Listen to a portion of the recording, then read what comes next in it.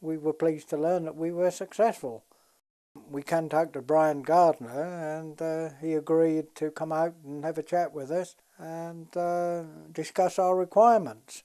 Good morning, Brian. I'd like you to meet Malcolm Finnis. I think you've had some correspondence with him. Yeah, we did. But you haven't met before. This is Richard. Richard is going to assist us in this project. Hi, Richard. Brian, nice to meet you. We're off on the great project. Well, let's hope so. Yeah. So I think probably the first thing we need to do is start to consider, because the project is called All Our Stories. So I think the key to putting the film together really is the stories themselves. Yeah. So before we consider anything else, perhaps we ought to look at kind of what sort of people, what sort of stories we have available. Well, I suppose Ron probably would be the best. Yes. Like I say, we've discussed this.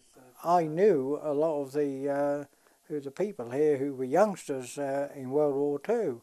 Indeed, 3 of our trustees were youngsters here in the war and frequented the base on many occasions, and indeed some of them actually worked on the base in their young days.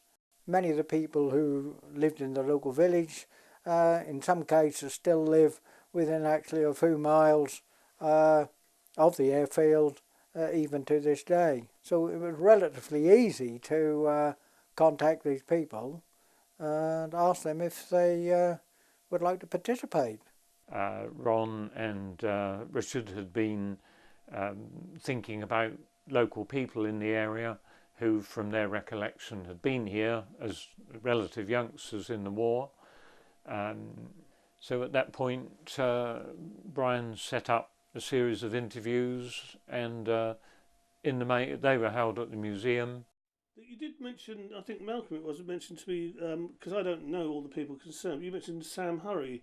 He was very much involved at one stage. Would you think he could take part in this? Yeah, his health has deteriorated badly this year, so I think his inclusion, we'd very much like him to be on board, but he's not likely to be available. We were all conscious of the fact that Sam is perhaps one of the most well-known youngsters in the area who frequented the museum. Of course, his association with the museum goes back to really the early days.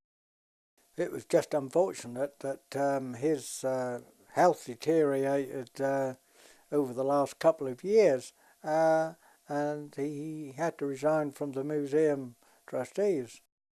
I knew Sam had got such a fund of stories. I was most upset that he wasn't fit enough. After the interviews, which Brian said to us went very, very well, and I forget how many hours of film he actually took, but it amounted to quite a lot, far more than we'd ever need. But there was plenty there for him to edit, and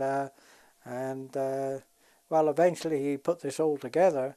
Brian came back with a draft script, and Richard also started thinking of what films we could use. As you've seen, I've put the transcripts of the interviews into some sort of order, some sort of paper edit for the film. It seems to cover quite a few different aspects of the life of the airfield, which is great.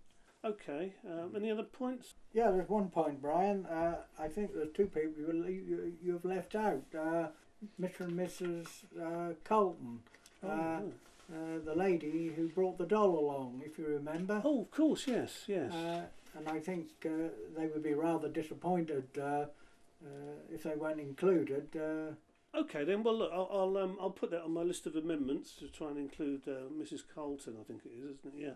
We approached the East Anglian Film Archive through the University of East Anglia if we could use part of their film, and they, after a while, agreed to do that. We're really looking to match maybe still photos or even clips, matching back to the stories as they're told, aren't they? Yes. Be it laundry or bomb dump or sadly crashes, things like that. I'm Richard Gibson. I'm one of the trustees here at the museum. We used to get a lot of, well, we still do, get a lot of material coming over from the States. I would then make copies for slides to show at film presentations that we used to do, and I made negatives of them also in case the originals got destroyed or lost. So we always had a good photographic record of the base.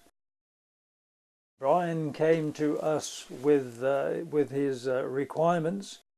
He had a sheet of paper all numbered out and all itemized, and then we just went along to our catalogue. We knew exactly where to look, and we just drew the material out to work with the paperwork that Brian submitted.